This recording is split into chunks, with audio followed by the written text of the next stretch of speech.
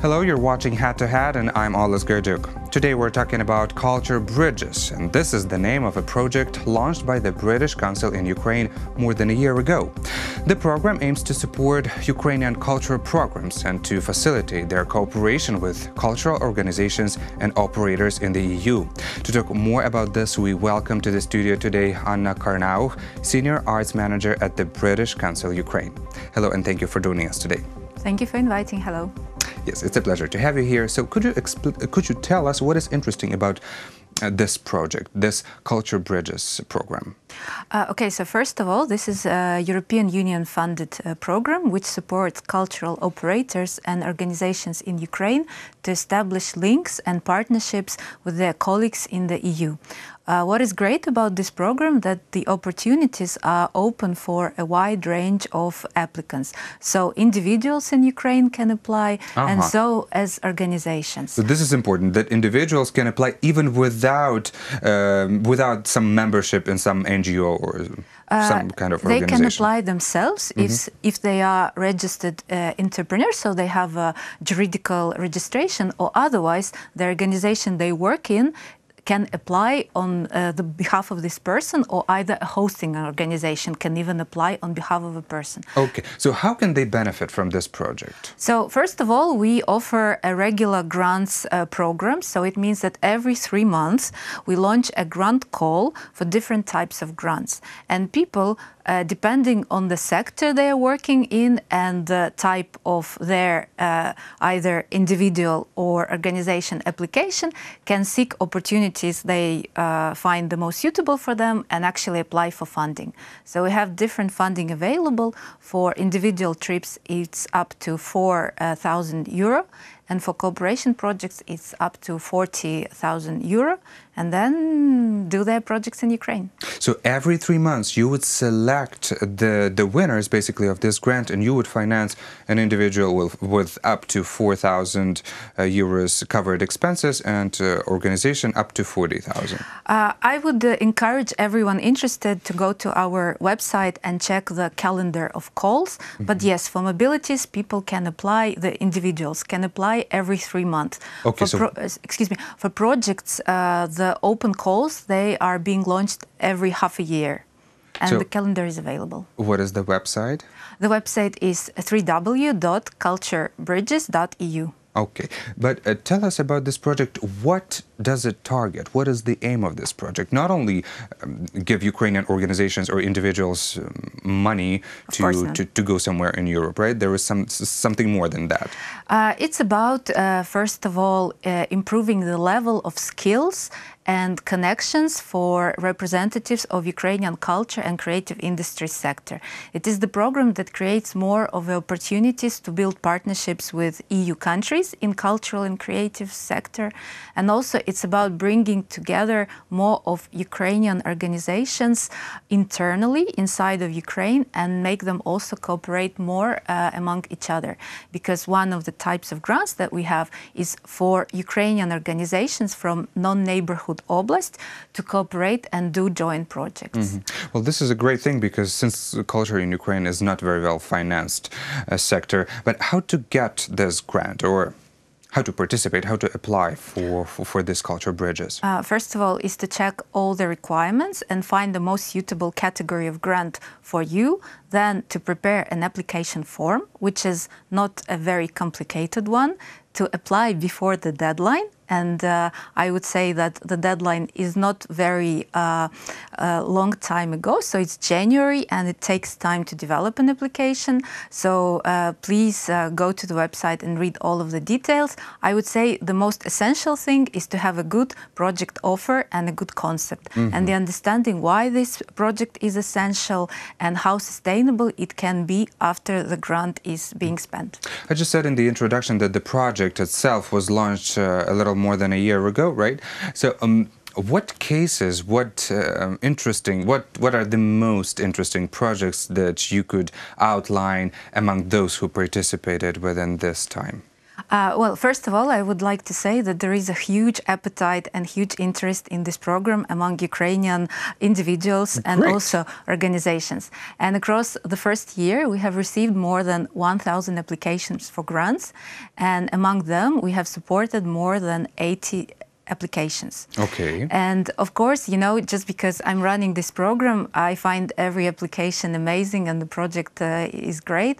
But perhaps now I would like to mention one of the projects. It's called Class Act East-West 2018. It's about bringing kids and teenagers from eastern and western parts of Ukraine together so that they would work with professional playwrights who would coach them how to develop their own drama. And then those pieces of plays that teenagers developed, those plays, they are being staged by professional Ukrainian actors in Kyiv on a professional big stage in front of the hundreds of audience. I think this project is great because it gives voice to kids from all over the country, and also it ruins the stereotypes because actually it is a platform which brings people from west and east of Ukraine to work together to get to know more each other. So, and then it's about telling those stories, sometimes not an easy one, to audiences. You mean the stereotype that Ukraine is divided onto Eastern Ukraine and Western Ukraine with different people? Well, yes, that would be lovely to break the stereotype, because this is only a stereotype indeed. So you mentioned that this project targets this fight with the stereotype. What are the other ones? So maybe just a few instances so we could, we could just get a clue. What is it about? What is it about on Ukrainian level? Because is this Culture Bridges international project, or does this launch by British Council only specifically for Ukraine? It is for Ukraine, but the idea is that also representatives of all EU countries can also apply for these grants to work with Ukraine and to travel here. So, and there are such instances that actually Europeans come to Ukraine and do their projects here using these grants. So just to give you another idea, so for example, the Festival of Silent Cinema, which is called Mute Nights, it is an annual event, and this year, early in summer, it was held in Kyiv and in Odessa.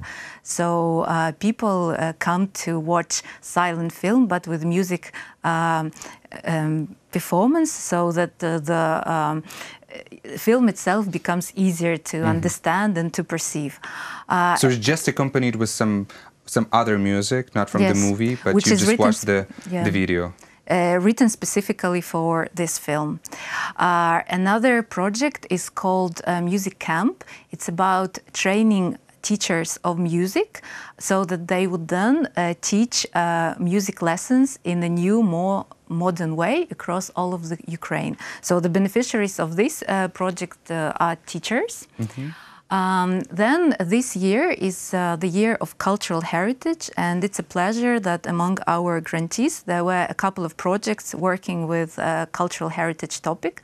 So one of the projects was about castles and their role in today's creative economy and reinterpreting the role of a castle. So before it used to be just a historic building, but now actually a castle can become a creative economy site where you can hold different events, you can have shops or exhibitions, you can make it as an interesting touristic destination and create many and hold different multi-format events there.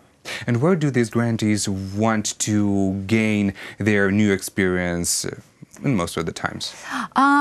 It's a pleasure that actually Ukrainians are applying for traveling to different countries. So in total, applicants mentioned 27 destination countries. So it means almost all of the EU. But the most popular are across different calls. Among Ukrainians are Germany, UK, Poland, and the Netherlands. But this program covers the cooperation only between European countries and Ukraine, not farther than that. No. Okay, this is interesting. And are there any restrictions for this, for the applicants for Cultural Bridge? For example, some, I don't know, maybe age of the candidates? No, we are welcoming all of the ages, and we are trying to be as inclusive as possible. So in terms of restrictions, I would say you have to belong to the cultural and creative industries, first of all, and then it's essential to have a partner. So if you want to apply for a cooperation grant, one sole organization cannot apply. So it's a must of every applicant to find a partner either in Ukraine or in EU. Well, I was reading that the Culture Bridges program has 1.3 million euros of funding, yes, and it's announced the 5th project competition for specialists and organizations of the cultural sector now. And my question is, representatives of what parts of this cultural sector you did not see among the candidates this time, but you've expected? Actually, you know, all of the sectors of culture and creative industries, they are very active and they do apply. I would say they need funds. Yes, and I can say the most active have demonstrated themselves representatives of festival sector, of visual arts, of cultural heritage, and also audiovisual sector and media. Oh, this is nice. Well, probably this movie making is always very active because it involves a lot of expenses. This is from my personal experience. So when is the 5th competition is already ongoing, right? Yes. When is the deadline? The deadline depends on the type of grant you would like to apply. If it is so they differ. They differ. If it is individual mobility, it is the 9th of January. If it is for projects, it is 31st of January. Okay. How do you communicate with these potential participants? What tools do you use for this? We communicate in different ways. So first of all, we have a Facebook page, which is rather active, and all of the updates, they are there. There is also a program website I have already mentioned. Also, we conduct webinars, and actually tomorrow there's going to be a webinar, an online webinar for potential applicants, for people who have questions on how to develop an application, on different technicalities of the process. So tomorrow at 7 o'clock, I invite everyone to join us. The link is on our Facebook page, or otherwise watch this recording then on our YouTube channel. And what about knowledge of English language? Is it a requirement for the applicant to basically be advanced in English? It is not a formal requirement. However, if you do intend to cooperate with European partners, you have to speak and know some level of English. So they don't hire any interpreters, they have to have some personal communication. At the same time, if you do not know English, there is an opportunity for you still to be involved in Culture Bridges, because one of the types of grants involves working with a Ukrainian organization. So if you are representing a Ukrainian organization and you are not confident in your English, I would advise to go for national cooperation projects and just stick to this category. Well, that's excellent. Excellent news, and thank you so much for this interesting information. I hope it is very useful for our audience. Maybe somebody will want to cooperate with Ukrainian organizations or individuals. And thank you so much for your contribution into the development of Ukrainian culture. Thank you for inviting. That was Anna Karnaukh, Senior Arts Manager at the British Council Ukraine. Thank you for watching Head to Head. I'm Oles Garjuk. Goodbye.